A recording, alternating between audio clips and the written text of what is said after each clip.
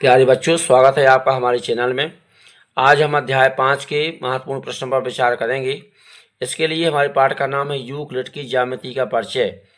तो इसमें बिल्कुल परेशान होने की कोई आवश्यकता नहीं है, बहुत ही अच्छे प्रश्न है इसके अंदर। तो सबसे पहले हमें थेल्स का जीवन काल और यूक्लिड का जीवन काल ये तैयार कर लेना है।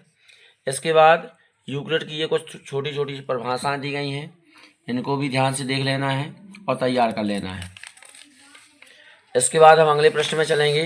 अगले प्रश्न में यूक्लिड के कुछ अवगृहित दिए गए हैं, इन्हें विशेषतः आपको तैयार कर लेना है, क्योंकि इनमें से कुछ यूक्लिड के अवगृहित आपकी परीक्षा में निश्चित रूप से पूछे जाएंगे।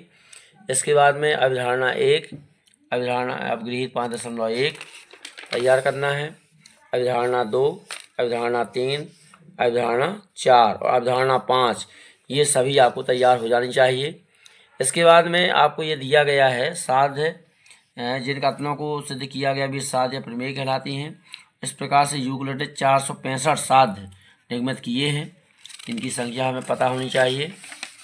इसके बाद सीधे आपको प्रमेय 5.1 तैयार कर लेना है, और ये 5.1 में जो सत्य और असत्य दिए गए हैं इन्हें देख लेना है और तैयार कर लेना है।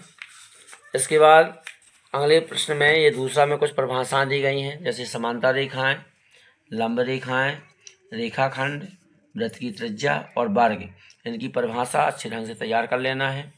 इसके बाद इसका चौथा सवाल और छठवां सवाल, इतना देख करके यदि हम जाते हैं तो 5 अध्याय में कोई भी प्रश्न ऐसा नहीं होगा जो आपसे ना बने, अर्थात इन प्रश्नों के अंदर ही आपके पेपर में आएंगे, ऐसा हमें पूर्ण विश्वास है। इसके बाद आपकी जो यूक्लिड और अवगृहित हमने पिछले पृष्ठों में पढ़ी हैं वहीं आपके यहाँ सारांश में दी गई हैं, तो इनको यदि अपन चाहें तो दोबारा भी यहाँ पर इकट्ठे देख सकते हैं। तो यहाँ पर अवगृहित दिए गए हैं और यूक्लिड की अवधारणा एक साथ लिखी हुई हैं, तो इनको हम अच्छे ढंग से यदि तैयार कर लेते हैं तो हमारा पूरा 5 अध्याय अच्छे ढंग से तैयार हो जाएगा। धन्यवाद। अब इसके लिए यदि देखा जाए तो विशेषतया इसमें प्रश्नावली ज़्यादा नहीं है, एक ही सारांश पर ही चलेंगे अपन। तो सारांश में देखें अपन तो यूक्लिड के जो अवगृहित दिए गए हैं उनमें दिया गया है, जैसे वे वस्तुएं जो एक ही वस्तु के बराबर हों, एक दूसरे के बराबर होती हैं। दूसरा है यदि बराबरों को बराबरों में जोड़ा जाए तो पूर्ण भी बराबर होते हैं। तीसरा, यदि बराबरों को बराबरों में से घटाया जाए तो शेषफल भी बराबर होते हैं। चौथा है वे वस्तुएं जो परस्पर संपाती हों, एक दूसरे के बराबर होती हैं। पाँचवा, पूर्ण अपने भाग से बड़ा होता है। छठवां जो अवगृहित है वो है एक ही वस्तुओं के दुगने परस्पर बराबर होते हैं। और सातवां, एक ही वस्तुओं के आधे परस्पर बराबर होते हैं। ठीक है, इसी प्रकार से हमारी जो अवधारणाएं दी गई हैं, तो एक बिंदु से एक अन्य बिंदु तक एक सीधी रेखा खींची जा सकती है।